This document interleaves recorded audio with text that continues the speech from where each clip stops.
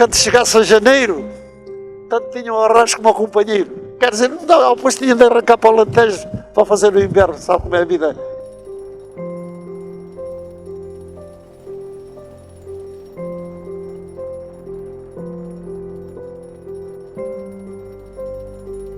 O que faz com que ele não avança é a ver a duna. E como é que foi feita a duna? Foi feita por um serviço pela Direção-Geral dos Serviços Florestais e Aquícolas, um ripado daqui até a Serra da Boa Viagem, está na Tocha, está em vários lados, e todos os anos tem a duna principal, e todos os anos tinha um elevador, andavam 3 homens a levantar, e com o vento, os cabeços, que não tinham tanto estouro, a malta chama-lhe estouro, mas é estouro. E então, nas nortadas de maio e de junho, as tábuas ficavam só com um palmozito de coisa, era da altura do... E depois o elevador andava uma turma de gente a levantá-los para cima. E no outro inverno, eles assim é que fizeram aquela duna principal, daqui até a Tocha e até a Serra da Boa Viagem, e depois passavam outro inverno, a areia vinha do mar, das dunas, e cobria as tábuas, levantavam para cima, e fizeram então assim a duna principal. O Pinhal de Mira foi semeado por pessoal aqui da região. Eu ainda andei aí a trabalhar. Para aqui das Castinhas para cá, era tudo dunas brancas. Ali pelo norte da praia, até Calmeira, tudo areia branca, como as que as nossas dunas. E aqui também tinha aqui o Pinhal do Padre Luís, chamou-lhe ao pé da Barrinha o Pinhal do Padre Luís. O resto também, eu e muitas da minha geração andávamos aí com bagnetas a fazer esta estrada e a semear também Pinhal. Iam quase até à Figueira, ia 2 e 3 da manhã, levantavam-se e iam aos ranchos, homens e mulheres, de madrugada, a pé. Tudo aí plantar daqui até Quiais. Plantar pinheiros até Quiais. Levavam as sementes, estendiam as sementes, levavam um saquinho, estendiam as sementes, depois havia outras equipas a pôr junco, umas ervas, que era para o vento não quando passasse, não barrer as sementes. Todas as terças e sextas-feiras havia venda de lenha. Imagino, todas as terças e sextas-feiras havia venda de lenha. As pessoas iam àquelas casas florestais, tirar um talão, pagavam lá uma pequena quantia e iam lenha transportada como à cabeça. Não havia outro meio de transporte. Atravessei várias vezes esta barrinha da Colá até ali, mas era mais baixa. Agora está mais afundeada. Com sarricos, não, eram redenhos de pinhas dos pinheiros, para vender e as pessoas, para depois elas venderem a outras pessoas, vendia só 100, eu e mais. Mas andavam sempre à fugida estavam a ver e coisa, à fugida dos guardas florestais. A madeira tinha muitas funções, se eram pinheiros fortes, serviam para fazer embarcações, aquelas tábuas grandes. O pinheiro manso tinha uma função e o pinheiro bravo tinha outra função.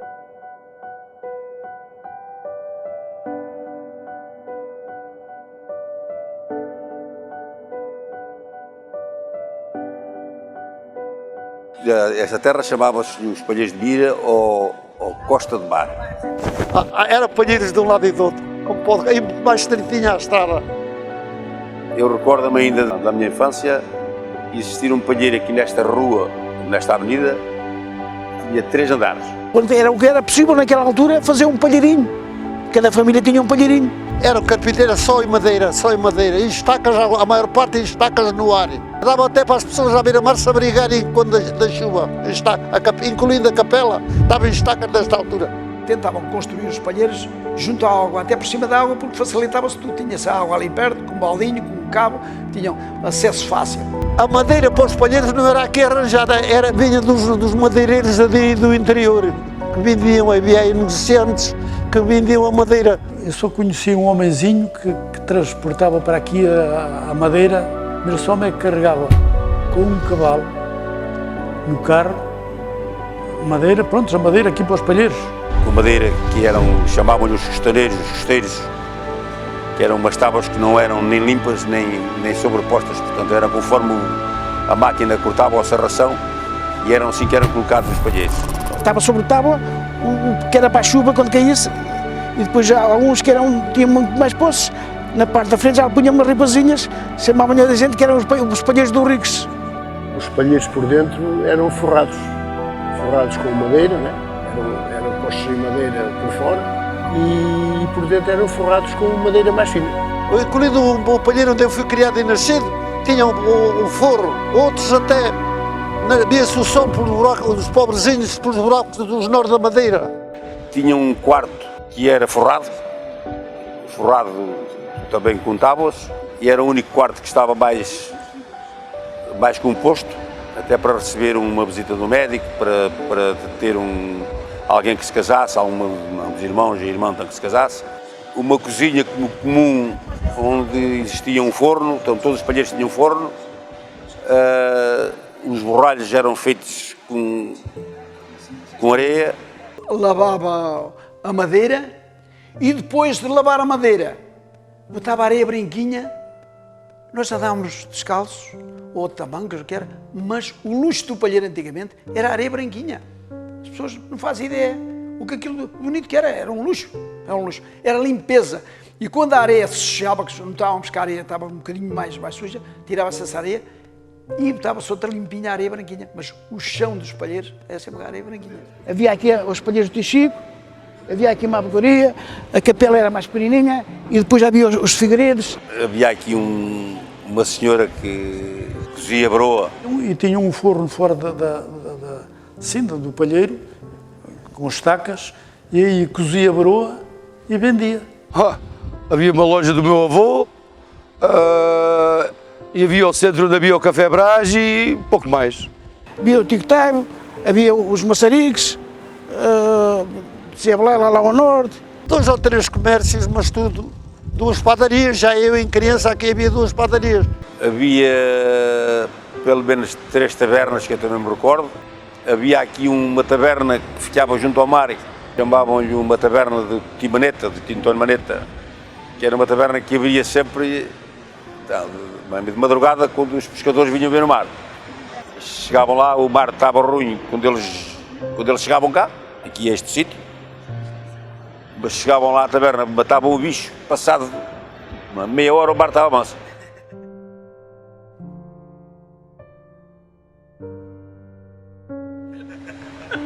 É verdade. Dos armazéns de arte de Chábega faziam salões, as pessoas improvisavam, fazia salões de baile, dançava-se, brincava-se, fazia serenatas. Cantava-se canções às raparigas pelos palheiros, assim, na rua, uma rapariga que a gente conhecesse e que gostasse. Cantava, 4 ou 5 cantavam as coisas e elas gostavam daquilo. A vida na praia era assim, quase miserável. Era miséria e era pobreza por todos os cantos e lados, mas nas praias era assim. Durante o inverno, de dezembro e até maio, aqui nestas praias não se pescava, vivia-se quando iam para o Alentejo, para a Comporta trabalhar. Águas de Moura e essas zonas ali para baixo, iam cavar aquelas partes, as margens que ficavam ao lado do arroz, mas as companhias começavam a elaborar de verão, então isto era habitado. Depois, quando vinha o inverno, ficava só aqui os mambos locatários e isto ficava tudo rodeado com água. Para depois, em abril, quando começassem as companhias outra vez, vir outra vez. Era assim. Aqueles que não iam para aqui para as terras, ajudar a família a semear e a cultivar as coisas. O adubo era retirado da barrinha, as algas, é que se transformava depois em moliço e adubo. E daqui do mar havia um crustáceo que ainda hoje existe, não com tanta abundância aqui na borda d'água, chamavam-lhe o pilado, que é uns caranguejos. E isso era muito bom para as terras, que depois aquilo transformava-se em escasso. Portanto, antigamente aqui as pessoas, aqui para se tratarem e para juntarem algum alimento para o inverno, além da sardinha que se salgava e se guardava em caixas de madeira portanto, em salgadeiras, também tinham os seus porquitos e criavam os seus porcos e tratavam os porcos e matavam os porcos e salgavam a carne dos porcos.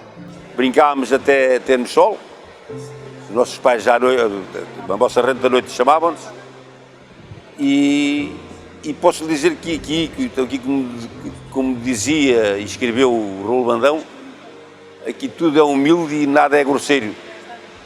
Não existiam, as portas não tinham fechaduras, então tinham umas tramelas, as portas estavam abertas, ninguém roubava nada.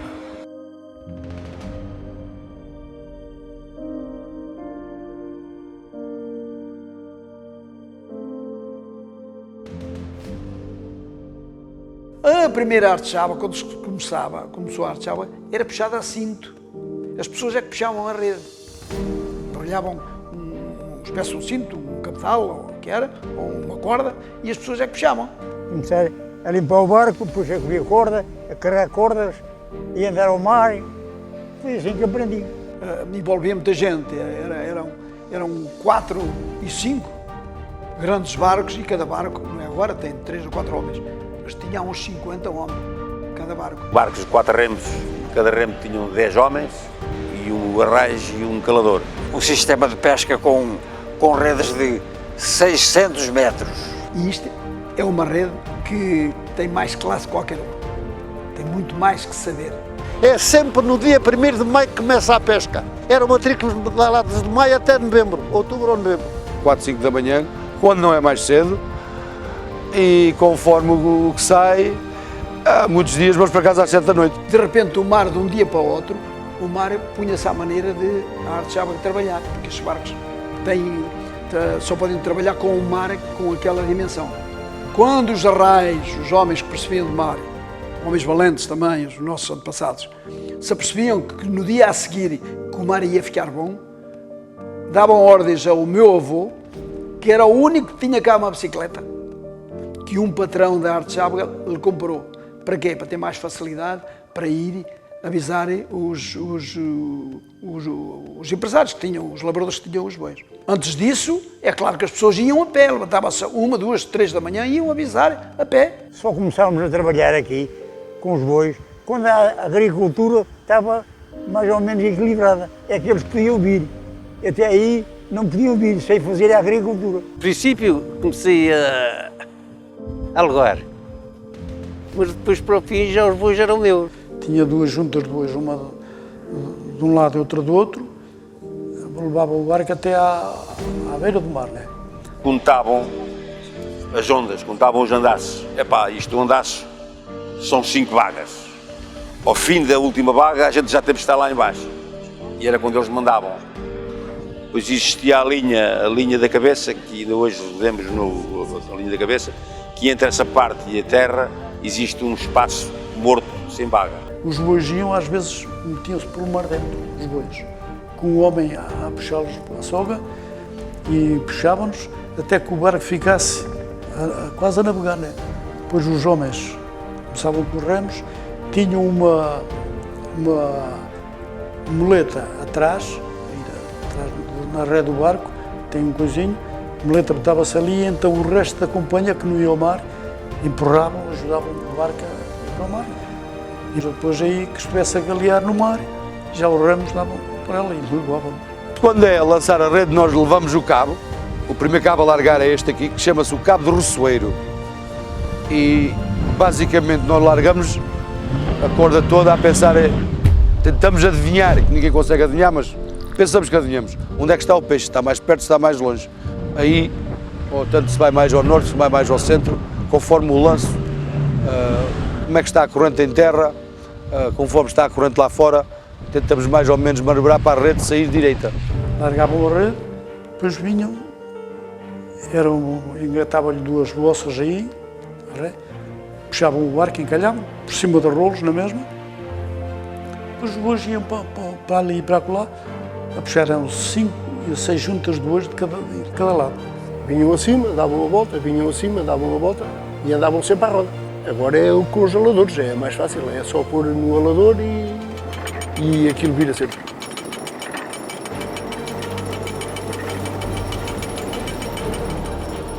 Havia 2 juntas que eles escolhiam só mais peçontes e que não temessem o mar.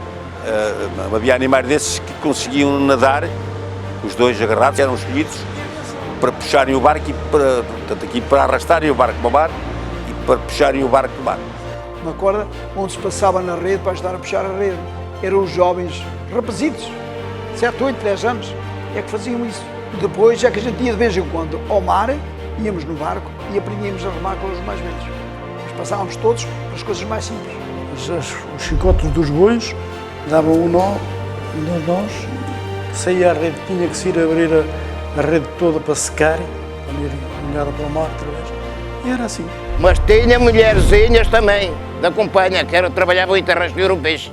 Botava uma rede grossa na areia branca, chamava-se a quadra, que era uma rede quadra porque era quadrada a rede, no chão, malha grossa, e então cada vinha mistura do peixe, as mulherzitas e a companhia a escolherem. Para trazer naquele tempo, nem imagina, 400, 500 que eram cabazes, não eram caixas. Recordo-me de pequeno de haver lances de peixe que estavam até à meia-noite, 1 hora, a tirar um peixe do saco, dos lances serem tão grandes. Havia lances de 200 cabazes e 300 cabazes no Morunca, uma mulher para transportar para cá, eram 2 pessoas a pôr lá a cabeça, que pesava aí uns 30 ou 40 quilos ou mais.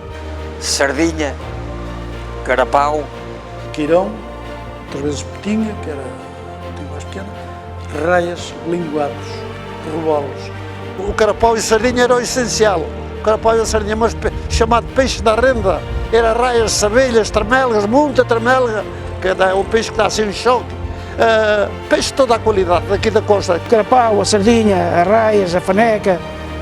Agora já está mais difícil esses peixinhos. Todos os anos é diferente. Uns anos o peixe está mais perto, de um dia para o outro o peixe está a 2.000 metros, ou outro dia, se for preciso, está aqui a 700, 800, isto não...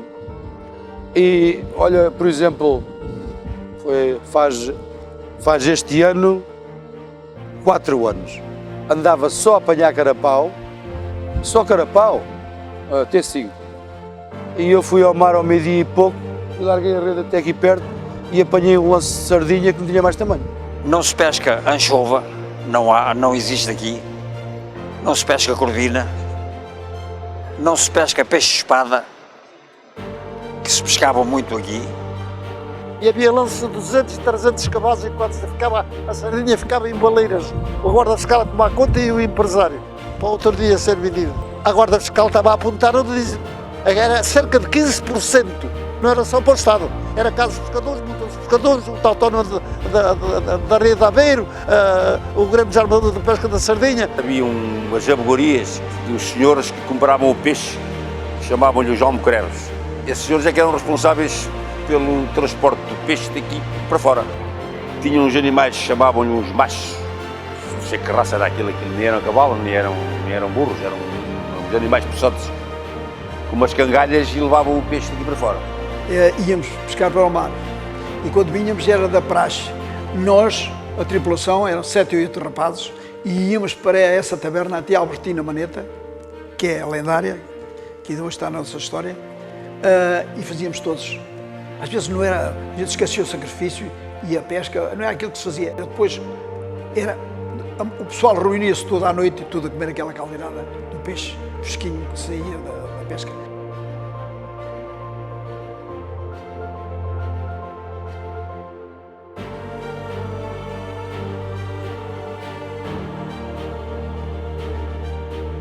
Sei quem foi o primeiro homem que foi para o bacalhau, daqui da Praia de Mira.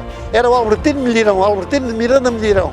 Esse homem foi o primeiro, era eu garoto, tinha aí uns 13, 14 anos. Foi o primeiro homem que da Praia de Mira foi à pesca do bacalhau. E depois disso foram muitos, à linha. Toda a zona ribeirinha do nosso país, e depois mais, aqui mais para o interior, portanto, as terriolas aqui mais próximas, assim que rebentou a guerra no ultramar, no meu tempo foi assim, rebentou a guerra no ultramar em 1960, salvo erro, 60, 61. E o regime na altura não tinha a tal falha maior. Começaram a transformar os navios da linha para arrasto. Então a forma com que eles arranjaram, portanto aqui para cativarem e para arranjarem as tripulações, foi que quem não queria ir para a tropa, ou quem não queria ir para a guerra, então listava-se no Grêmio e ia para o bacalhau. Tinha que lhe andar 7 anos lá, seguidos. Se falhasse um ano que fizesse uma coisa qualquer que o capitão mandasse, olha, tu não vejo aqui mais, hein? Tinha para aqui, tinha que ir para a guerra na mesma. Ou ias para o bacalhau ou fugias do país e desertavas. E então foi mais a segunda opção, aí o pessoal, e até porque a remuneração já compensava também mais alguma coisinha, e era uma das grandes opções do sustento aqui da Praia de Mira também nessa época. A vida a bordo era nós começámos como moços, verdes, e depois íamos evoluindo consoante o trabalho e a categoria que íamos escolhendo.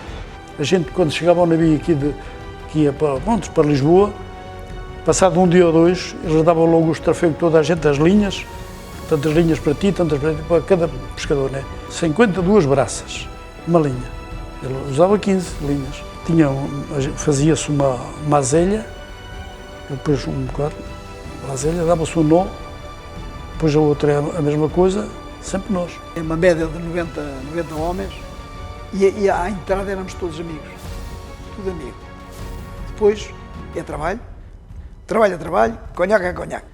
Uns mais, outros menos, uns com feitiços diferentes, outros enervavam-se facilmente as coisas. Chegava à meia da viagem, passado 3 meses, qualquer coisita, a gente já ralhava uns com os outros, havia sempre quesilhas. Agora, porquê? Era fruto de péssimas condições de higiene, péssimas condições de alimentação, esforço de trabalho que era enorme, o modo de vida obrigava-nos a isso. E depois é a falta de descanso. Gente de manhã, o pessoal de manhã levantava-se, muitas vezes eu que acordava os pescadores, porque era um moço de bordo. Mas é o comer, né? Tem ali uma escotilha e o rancho é lá embaixo, onde a gente dormia e comia. Chegava lá, tirava o boné e dava os louvatos. Levantai-vos, corpos humanos, filhos da Virgem Maria, ao quarto anda para cima, olha o homem para a vigia. E depois então é que dava: seja louvado e adorado nosso Senhor Jesus Cristo, são 4 horas, vai dar o almoço. Que era para toda a gente ouvir, para toda a gente que estava a dormir ouvir. E aqueles homens com 2, 3 horas de descanso e vão outra vez fazer mais 20 e tal horas num barquinho igual a este aqui, sozinho, mais Deus. A primeira coisa que fazia era um grambolim, chamava-se o grambolim, é um ferrinho assim, com 4 furos, com uma asinha assim, que é para prender o trolo. Quando larga o trolo, a gente sente se está peixe ou se não há. E até somos capazes de definir se é miúdo ou se é graúdo. Depois atirava-se um balão, que era para que se o trolo partisse, por qualquer motivo, o trolo partisse ou houvesse alguma coisa, a gente remava, sabia onde estava o balão, né? Remava para lá, alava o balão e alava o trolo pelo outro lado. Era cada um o seu. Cada um alava o seu trolo. Eu usava uma média de 1000 e não sei o quê, isóias. E eu punha aquilo tudo para a água. Tínhamos que andar sempre a baldear sal, né? Para quando os botes, os doris chegavam ao barco, para ter locais vazios para salgar o peixe, para salgar o bacalhau. E depois nós éramos 11 moços, arriávamos 78 doris e 6 baleeiras. Depois larga esta e ia lá aquela que tem o peixe. Depois calca e vai aquele, senão, se ele as duas ao mesmo tempo, o peixe anda para um lado e para o outro e fica, engata-se um no outro, nem tira aquele, nem tira aquele.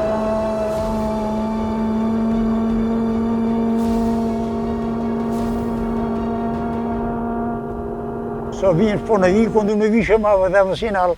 Ou tirava um foguetão, ou tinha uma sirene. Se por acaso, em 2, 3 horas, eu carregasse o dory, podia vir a bordo, a aliviá-lo. Mas se não o carregasse, que andasse o dia inteiro, eram para aí 12 horas. Depois mais, se estivesse, conforme o tempo, onde eu estivesse, o tempo que remei, a coisa, mais 2 horas a remar para o navio, eram 14 horas. Era um navio de arrasto. Não tínhamos quartos de 12 horas e descansámos 6. Depois quando havia muita fartura de peixe, eram 20 horas e a descansar 4. Aquilo era dividido por 3 quartos, um trabalhava 12 horas, o outro trabalhava 6, estava sempre a seguir. E a rotina era sempre a mesma, levantar ou para ir pôr a rede dentro, ou levantar para ir comer. Normalmente íamos em março. Se corria bem, vinhamos em julho fazer a descarga. Eu cheguei, a minha viagem mais longa foram de 9 meses. A linha era basicamente os 6 meses. Porquê? Porque os barcos eram todos muito frágeis e também era a fugir dos temporais do inverno. Na Groenlândia tinha uma época ali de fins de junho fins de junho, julho e até princípios de agosto era sempre de dia. Nunca se punha ao sol. Havia os redeiros, havia os escaladores e havia os salgadores. E em cada secção dessas tinha um chefe, que era o mestre-redes, o mestre-salga e o contramestre. Havia o cozinheiro e os oficiais, o capitão imediato piloto e o timoneiro. Se todos os dóris trouxerem o bote carregado, você já imaginou o bacalhau que sai para a borda. Traz-se às vezes 300 e 400 quintais de bacalhau para a borda. É os quetes repletos, cheios. Vai estar ali 4 ou 5 horas a tratar dele.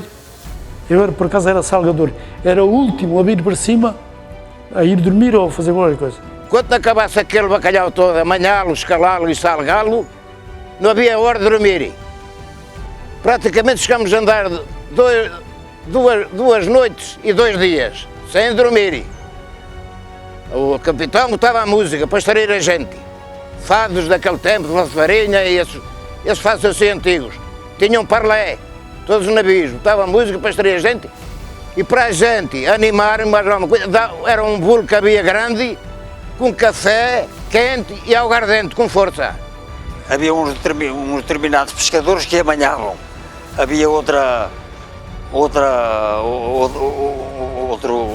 turno, digamos, pronto, que era o salgador que estava no porão à espera do peixe ir para lá para ser salgado. E havia também outro turno que eram redeiros. Depois fui rodeiro. A rodeiro era o que arranja as redes. Quando as redes bem partidas, é o que se arranja a rede. É o trabalho mais difícil nos barcos de pesca longínqua. Quando vinha uma rede partida, nós é que íamos arranjar. Era feito, às vezes até na hora. Até no espaço de 15 minutos, havia mestres-redes que eram mais artistas que outros. Tiravam uma fotografia à rede quando ela estava içada, nós arranjamos isso à borda. Tu vais para ali, tu vais para ali, tu vais para ali, tu vais para ali. E aquilo...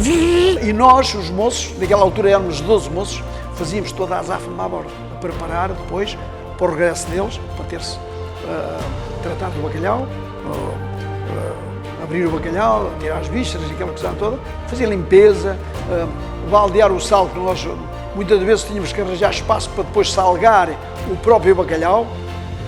E era esse trabalho que se fazia durante o dia quando os pescadores estavam todos a pescar. Eu tirava caras, línguas, samos, lombos e depois fazíamos as baldeações aos barcos. Safávamos a isca para os pescadores levarem para o mar.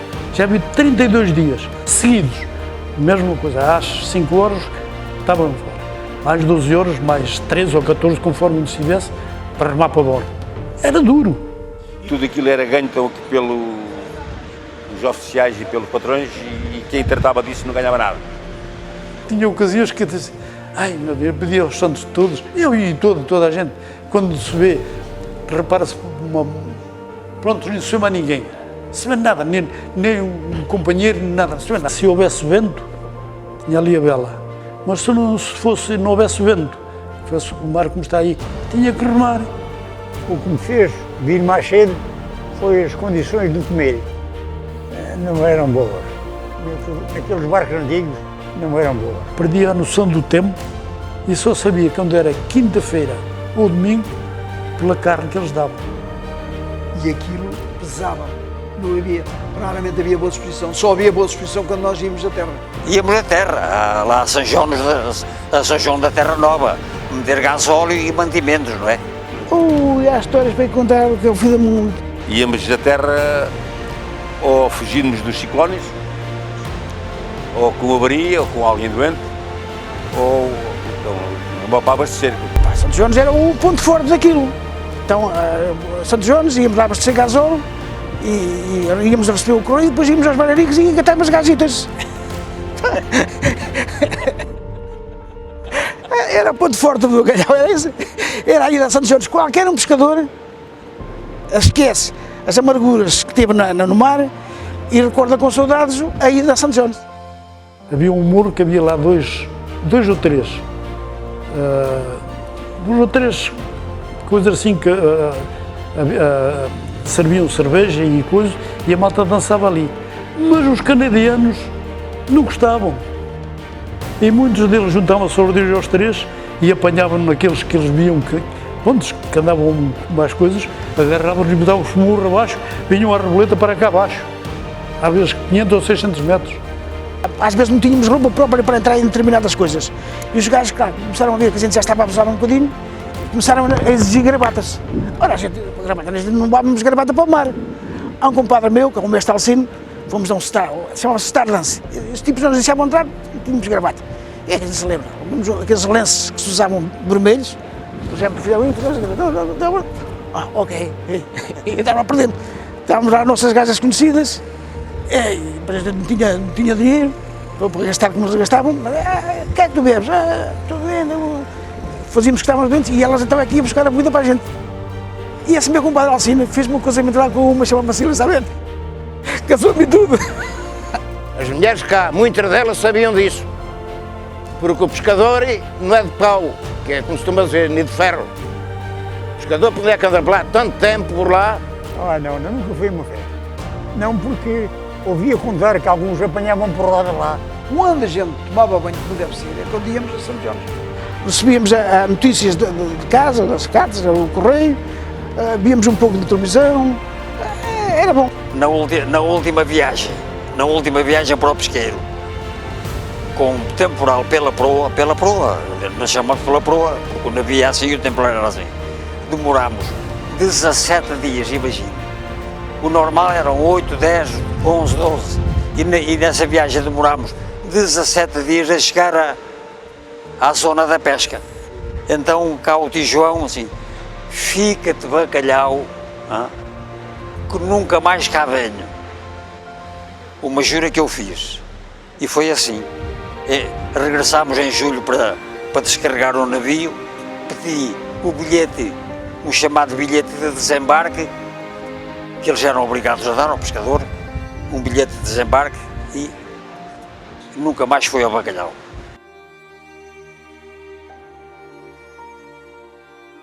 Cruzei mares, cruzei os oceanos.